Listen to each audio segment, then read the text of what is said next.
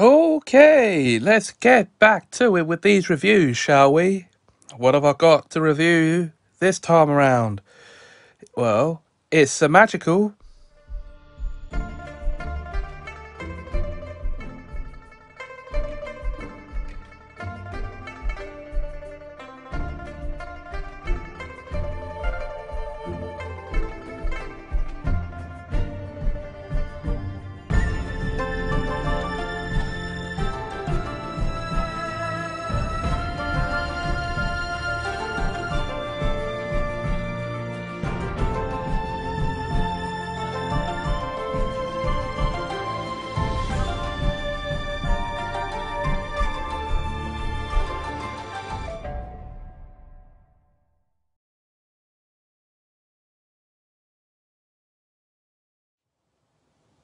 No, guys, I'm not going to be reviewing myself. What would be the point?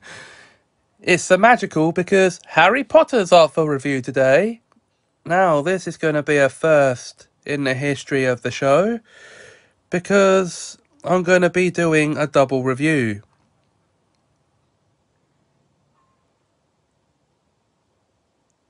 Yes, Harry Potter and the Philosopher's Stone was a book to begin with, released in 1997, written by J.K. Rowling. And, okay, here is the synopsis of the book. Spoilers. To also be the synopsis of the film. So spoilers if you've never seen or read this. So, Harry Potter thinks he's just an ordinary boy. That is until his 11th birthday, when he receives his acceptance letter to Hogwarts School of Witchcraft and Wizardry. And immediately goes off on his first big magical adventure to the school to learn how to do magic. Now, obviously, he is in the non-care of his muggle relatives, the Dursleys. And he is told of his parentage by a half-giant named Hagrid, who works at the school. And he's his chaperone into the wizarding world for the first time. He helps him to buy his school supplies. And this, in Diagon Alley, this is where he meets the first of, unknowingly at the time, the first of his future classmates. A slick-haired blonde boy who seems to think his blood status is the best, as the Dursleys think being a muggle is the best. So, aboard the Hogwarts Express, this boy turns out to be Draco Malfoy, by the way. Yeah.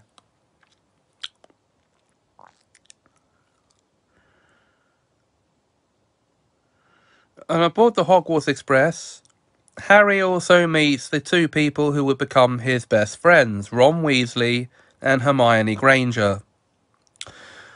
Harry and Ron become friends straight away, but Harry, Hermione and Ron don't become friends until that year's Halloween. Now, of course, upon arriving at Hogwarts, they're sorted into Gryffindor House, the Golden Trio, alongside classmates Seamus Finnegan, Neville Longbottom and Lavender Brown. And, well, this is where the adventure sets itself in motion from this point on. The adventure to learn about and save the Philosopher's Stone.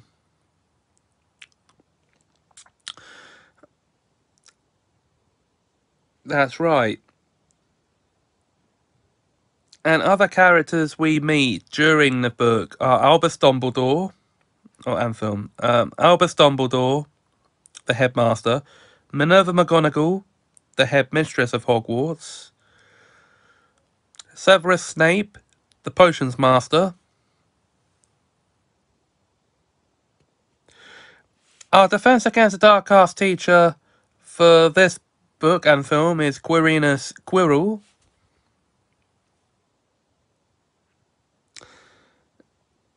And now, the film actually has us the story has us quite well deceived into thinking Quirrell's the bad guy. Spoilers, I mean, Snape's the bad guy. I've just told you how. I've just told you the twist, didn't I? So, it's a bit hard to describe now without spoiling anything. So if you haven't read the book yet, I'm sorry. Now, of course, the film follows the same story beats, except there are some notable differences, as there normally would be from book to film.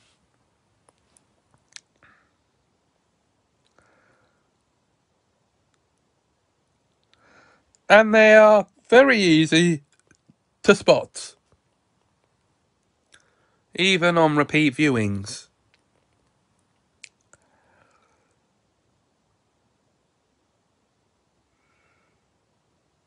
I'm not going to go over them here, because this is a review show. But there's one thing I'm going to point out. In the book, Professor Snape has a a logic puzzle involving 7 potions to help protect the stone. Harry and Hermione had to work out which potion will get them safely through the flames, and which ones will not. The film goes out of its way to reference this riddle, but they don't actually show the scene. I mean, come on! Why reference it if you're not going to show the scene? I just...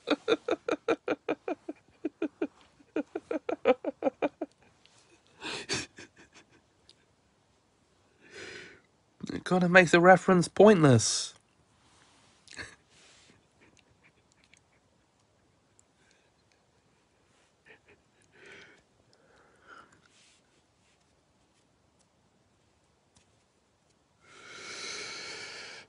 Okay. Now, so let's now talk about the actors they cast as the characters in the films. Well, as the Golden Trio, we have Daniel Radcliffe as Harry, Rupert Grint as Ron, and Emma Watson as Hermione. Playing the role of Draco Malfoy is Tom Felton.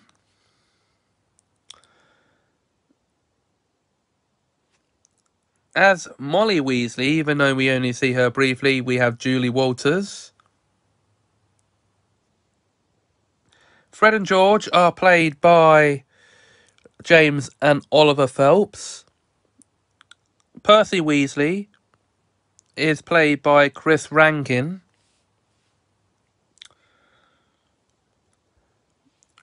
Richard Harris plays Albus Dumbledore. Dame Maggie Smith plays Minerva McGonagall. Ian Hart plays very well and to the T Quirinus Quirrell.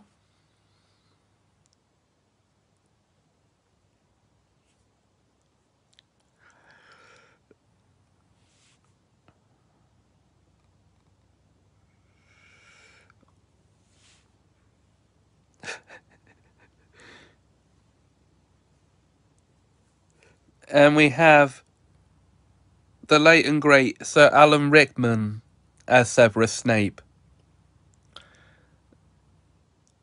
And also, quick little side note, if you're fans of My Family, then you'll notice the actress playing Rolanda Hooch. She's the mum in My Family. Okay.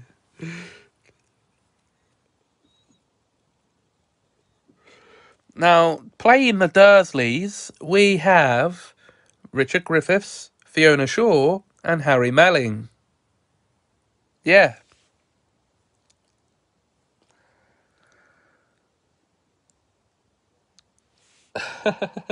And of course, the late and great Robbie Coltrane as Hagrid.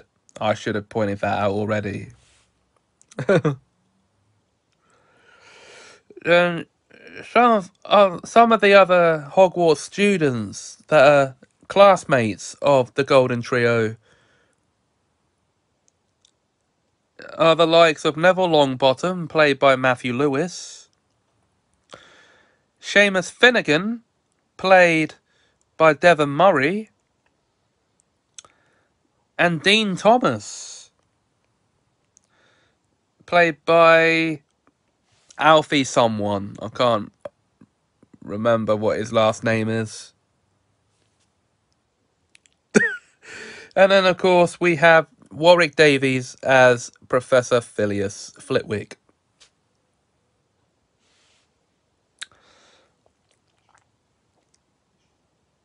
Now you see how much I love this film. The book is a brilliant read.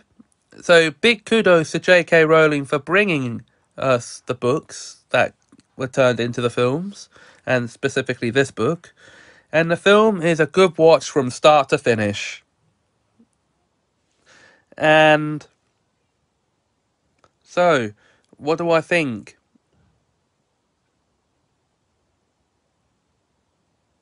Well, I think I've just said that. No, I actually came to the books very late to the party after having watched the films for the most part. But it didn't stop me from enjoying the book. Oh, no. No. No, come on. It's a brilliant read. And if I've interested you in reading the book, or watching the film, or doing both, then please do so.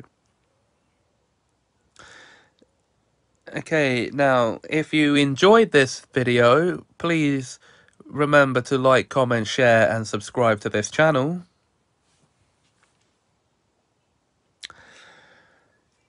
And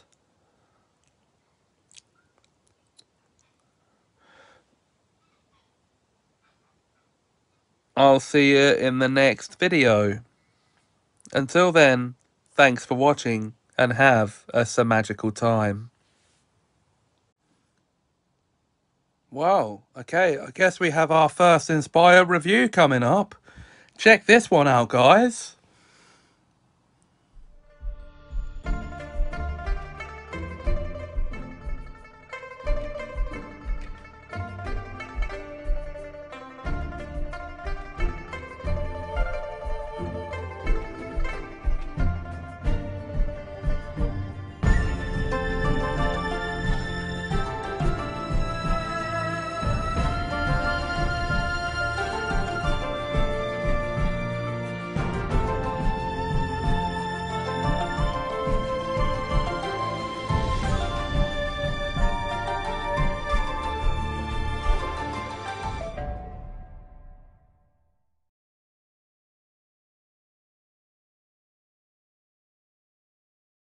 The following episode was inspired by Jamboree, who reviewed this film on his show Jamboree Reviews.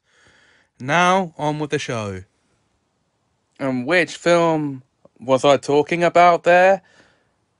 The subject of tonight's review, Ethel and Ernest. Thanks, Jamboree.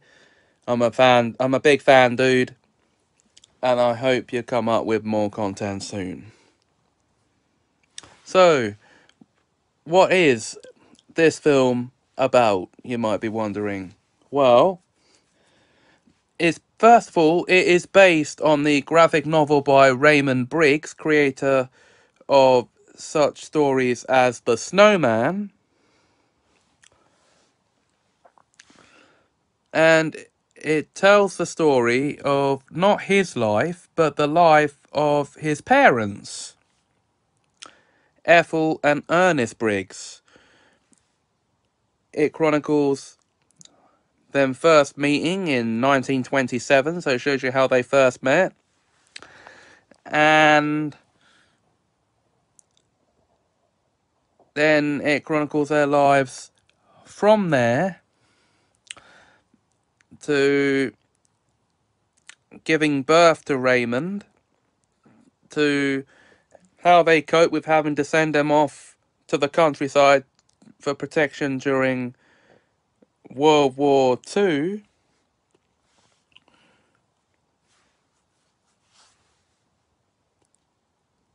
So yeah, it just chronicles the lives, as I said, of Mr. So it chronicles their lives in animated form, obviously, because I did say it was based off a graphic novel. And yes, it is based on a true story. But I couldn't ignore reviewing it on this show. So that technically makes this the first true story review on the show. And on the channel. Yay! Okay.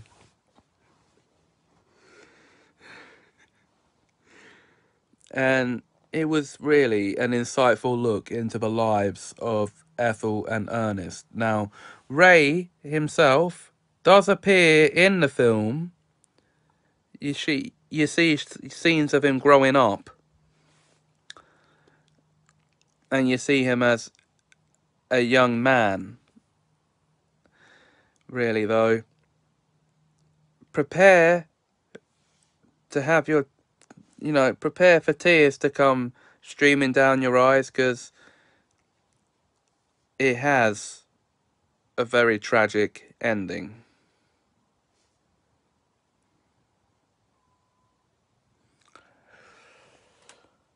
Now, it even opens and closes with scenes of the real Raymond Briggs.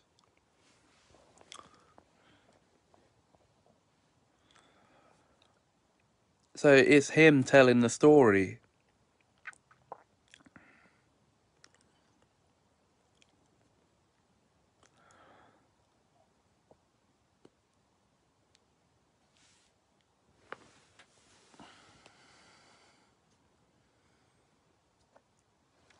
Wow.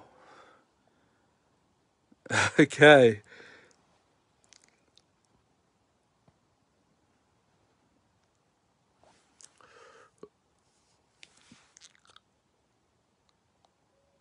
Well,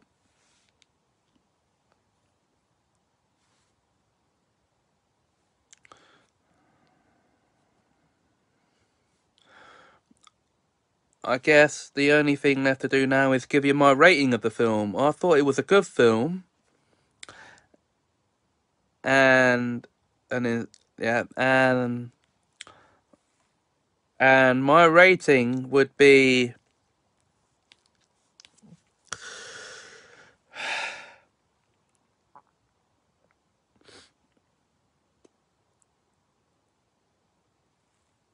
5 Ethel and Ernest out of 5.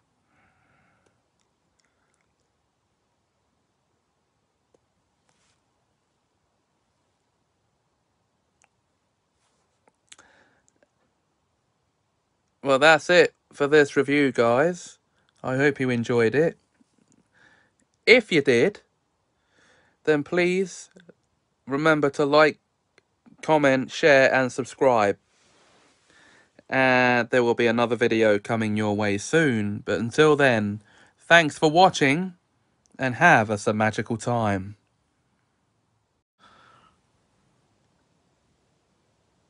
Okay, it's review time once again. But this time, I'm reviewing a series of documentaries. Which series of documentaries?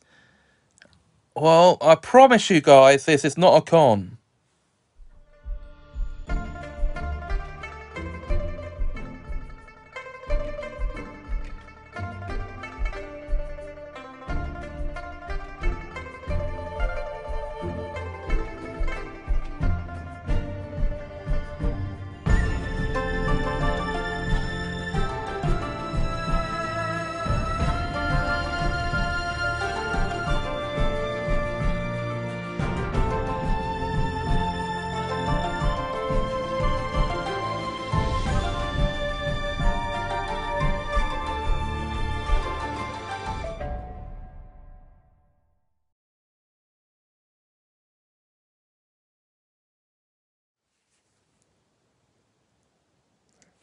Hi guys.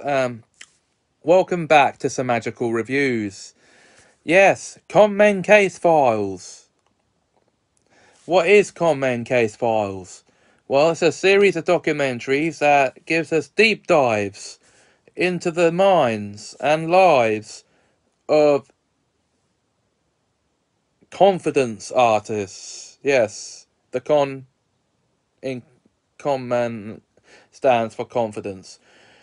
And gives us the full details of the crimes they committed and how they went about committing them. So, who are the con men and women they give us the warnings about during these episodes? Well, what they're telling us the stories of, actually. I'm gonna list some rather notable ones in my eyes. There are 15 episodes of this, by the way, and some notable people in these documentaries include Juan Betancourt, who committed five-star hotel cons.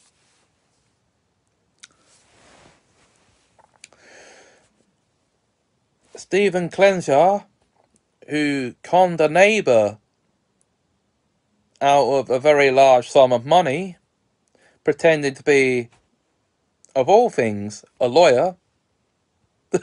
Okay.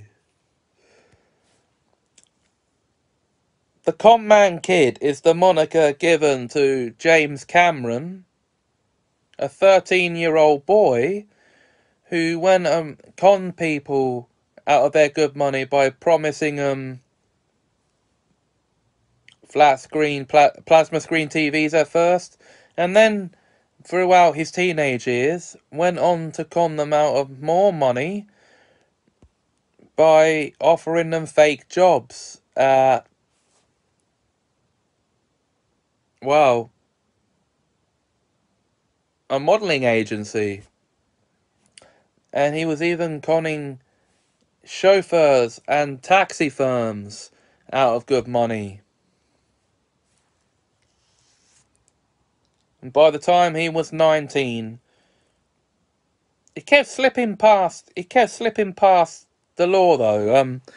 He was taken to court several times over the years, over his teenage years, and at the age of 19, he was not convicted again. Only that's when he decided he should go straight. Okay, now. And then there's also the Cancer Con. Now, this is about a young man who pretended to have cancer to con people out of good money.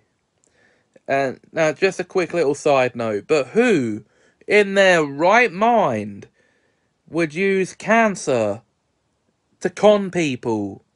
I mean, come on, you have to be a special kind of sick bastard to do that.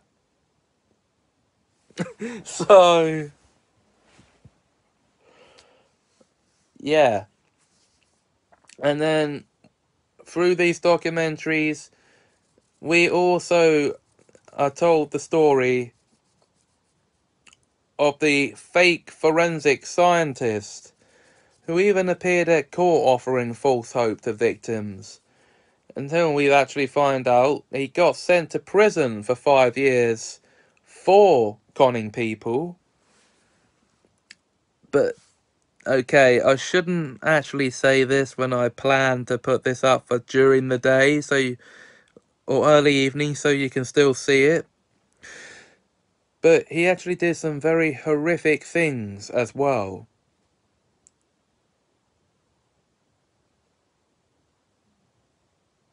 To children.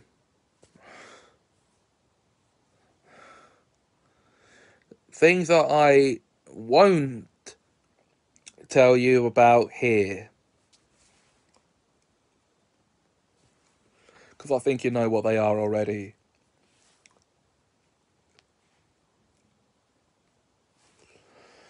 And then, of course, There was the man who faked his own death in order to escape the long arms of the law.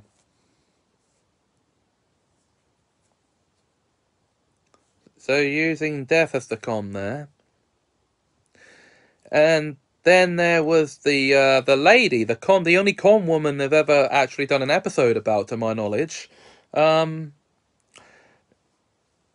Golightly, who actually used a terminal illness, cancer, once again, and having only days to live, to con her partners out of their money.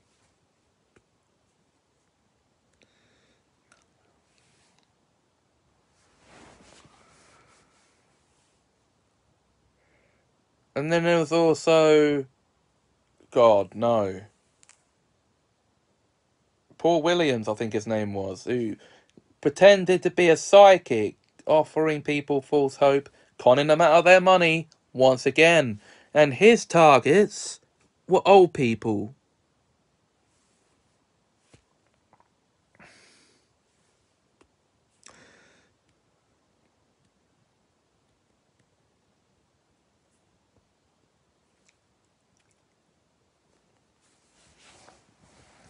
Now, guys,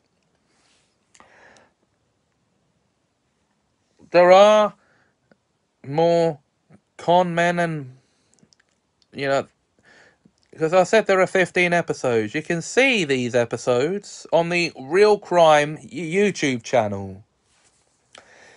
And you can find an actual playlist to the episodes actually on that channel. I will actually put a link to the channel in the comments below if I've interested you in this program.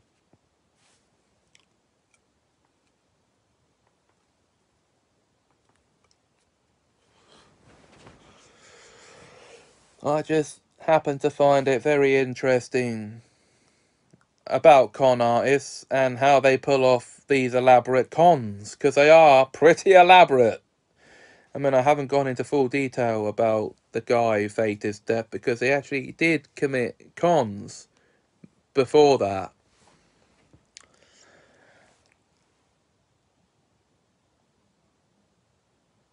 So, with that, I think we'll end this episode here. And if you enjoyed this video, please remember to leave a like, leave a nice comment leave a nice comment below. If you've seen any of these episodes, I would like to know your thoughts on them, because it's a good show. I forgot to say that.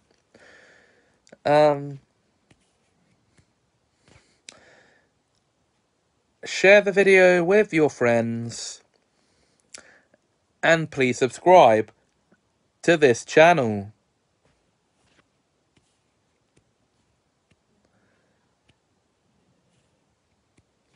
And I will see you next time.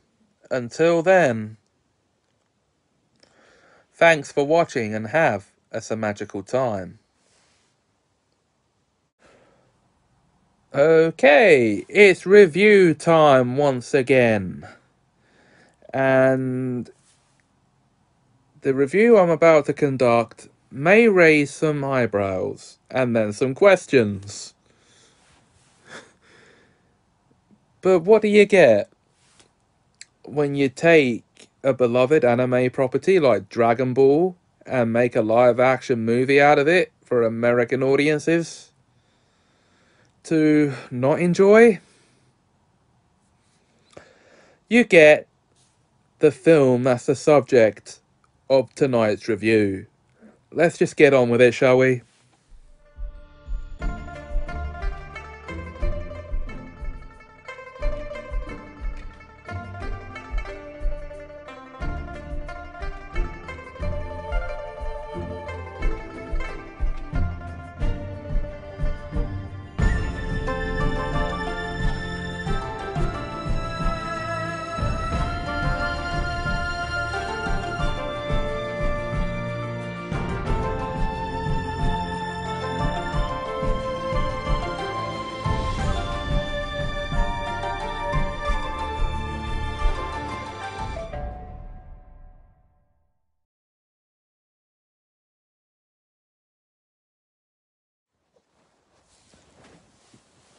Dragon Ball is the name of the anime I was talking about, and the end result of a live action movie based on this property happened in 2009 in the form of Dragon Ball Evolution. Dragon Ball Evolution, eh? More like Dragon Total fucking Bollocks. Ejaculation. Sorry about that, guys, but you know why I said that. Let me give you the synopsis of this film. Goku is a high school student who is thrust into an adventure to find 7 magical orbs that can grant their finders any one wish. He already has one given to him by his grandpa, the 4-star ball, and joining him on this adventure, Bulma, who the American filmmakers thought it'd be a good idea to give brown hair with a green streak. But with her radar, which they call a... Jeez, what do they call it?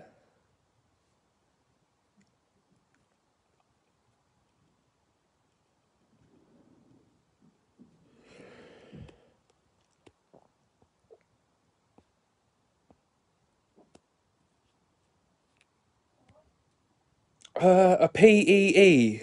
Okay. Yeah, I'm not joking. That is what they call it. Okay. He sets off on his journey to find the other Dragon Balls. And joining him is Yamcha, who they seem to think it was a good idea to turn into this guy in a Hawaiian shirt. But still, he's a desert bandit. Like his inspiration, the character he was based on from the anime. Quick side note here. Why did they turn Goku and Chi-Chi into high school students? They weren't high school students in the anime. They were just kids who never went to school. Anyway, now, that is Goku's love interest, by the way. And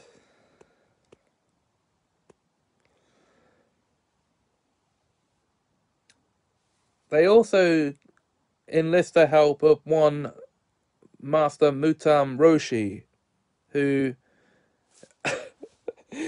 Right. Master Roshi in the anime is this really old man. Master Roshi here is a young man for some reason. I don't know why. He looks like he's a man who's in his 60s. And, well, okay. I question you, Fox, the people who made this film. Why did you make this decision for Dragon Ball as a live action film? Did you not see the anime? Okay. Because it doesn't seem to me like you did. And if you did, you didn't do your homework. So you get...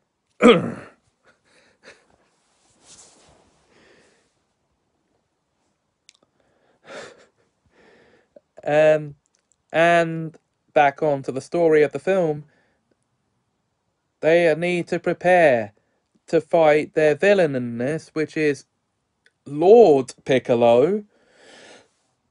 Lord Piccolo, not King Piccolo. Lord. Played by James Masters. Now, don't get me wrong, James Masters is a brilliant actor. You may remember him from such TV series as Buffy the Vampire Slayer and Torchwood.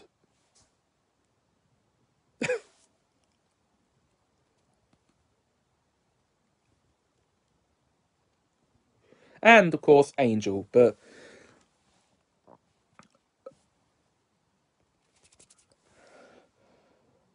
And also, you didn't do your homework, did you, Fox, on what Piccolo's supposed to look like? Yes, he has green skin, and yes, he's an Namekian. You got that right, but his looks, you forgot to give him the horns, for goodness sake. You know, the antennae.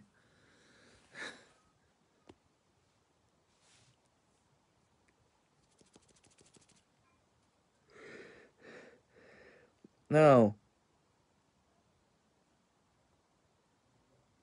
Of all the things I've listed here they've got wrong, they've also missed some characters out that were in the anime. I mean, where, for the love of God, are Tien Shinhan, Chiaotzu, Puar, Oolong, and Krillin? Yet, where are they? And Launch, you know, that girl who turns into someone else when she sneezes, or like a badass version of herself, or a sweet version? Why didn't they include these characters in this film? And what about Yajirobe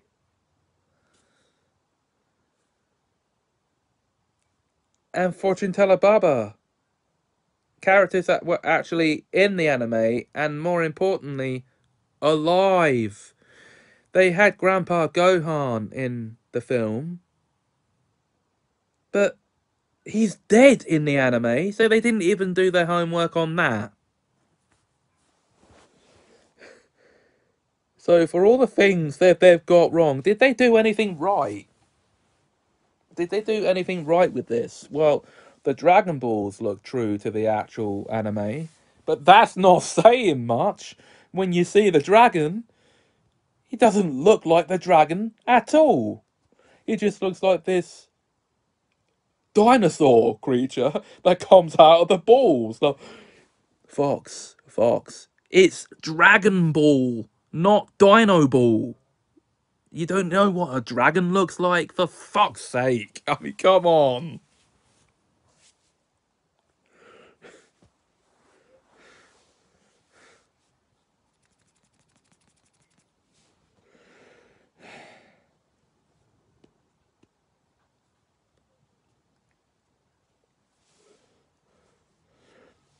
And the Kamehameha wave, that huge blast of energy that normally defeats an adversary whenever Goku uses it on them.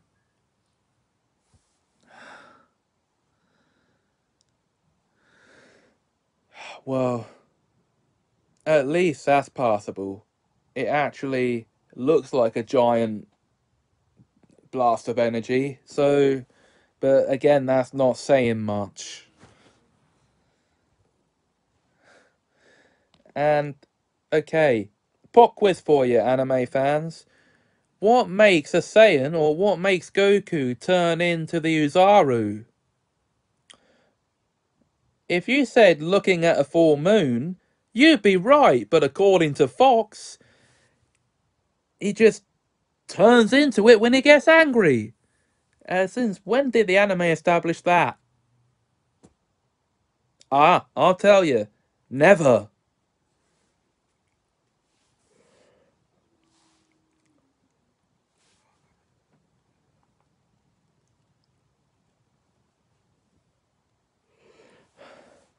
Yes, and it was watching this atrocity of a film that got me to watch the anime. And yes, guys, I know I'm not alone in thinking this film is an atrocity and an insult and blasphemy to the name of Dragon Ball. I know all of you out there who have seen this would share that opinion with me because that is what it is. And if there are some people out there who like the film, that's good for you. And please don't be offended by my opinion. For the love of God, please don't be.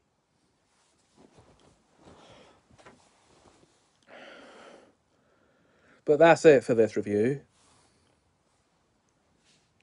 if I can call it that. I've just spent the whole video ranting about this film. So,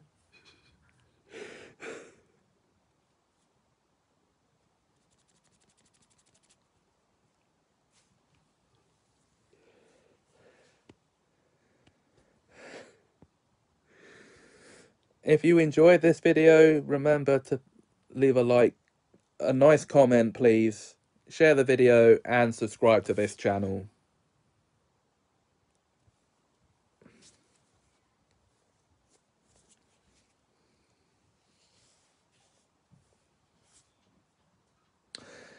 And until the next video, thanks for watching and have us a magical time. Okie dokie then, it's time to review another documentary series, but this one is appropriately themed, and you're gonna see why after I've rolled the opening titles.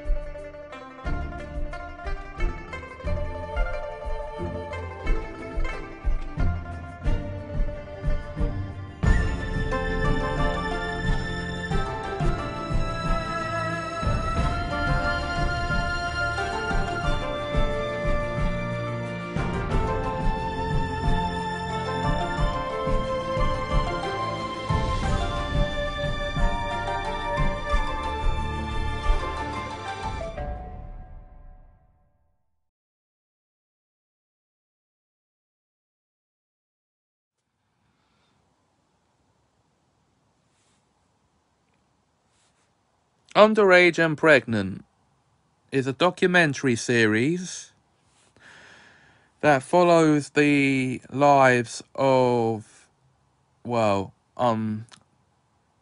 teenage girls, or teenage parents, should I say, teenage parents who have had, yes, who are struggling in most cases to raise infant children. Now, before I carry on with this review, I think I need to break away to tell those from outside the UK that today is Mother's Day here in the UK, and that's why I've chosen this specific thing to review.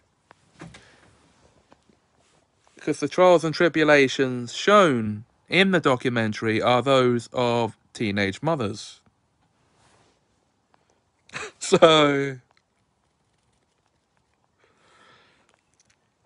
as we go through 3 series and over 20 episodes of watching these youngsters try to raise their kids and bankrupting their parents or whatever just to make ends meet. And yes, as much as you don't want to know this, but a lot of parents out there in the world today are young parents, as in some of them would be younger than 20.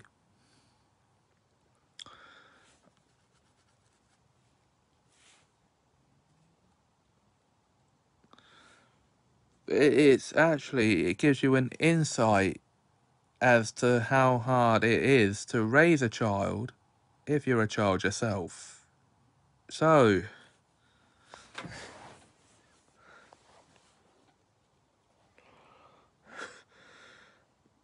I know there are other things I could have chosen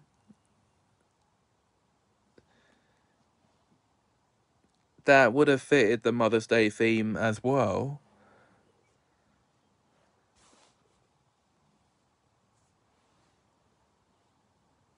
Like, I don't know. I could have reviewed some fictional mums, but instead I went with this. Okay.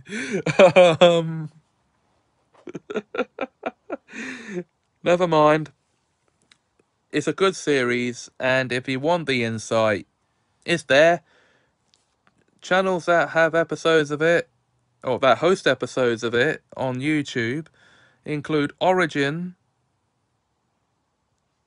and True Families. Go and give them a watch. There might be a third channel, but I can't remember who they are. So, guys, if you enjoyed this video,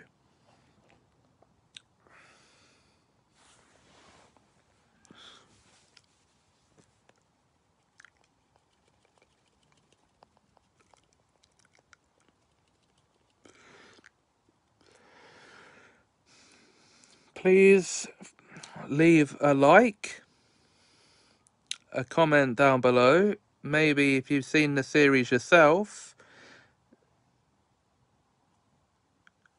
let me know your thoughts.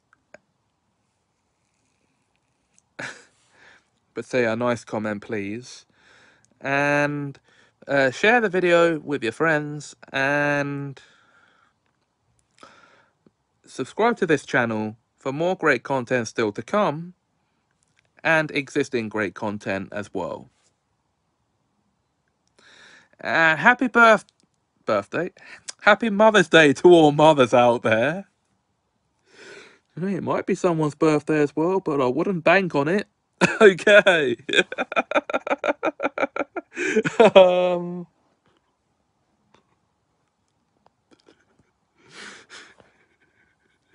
So happy Mother's Day to all the mothers out there, and have a magical time. Thanks for watching.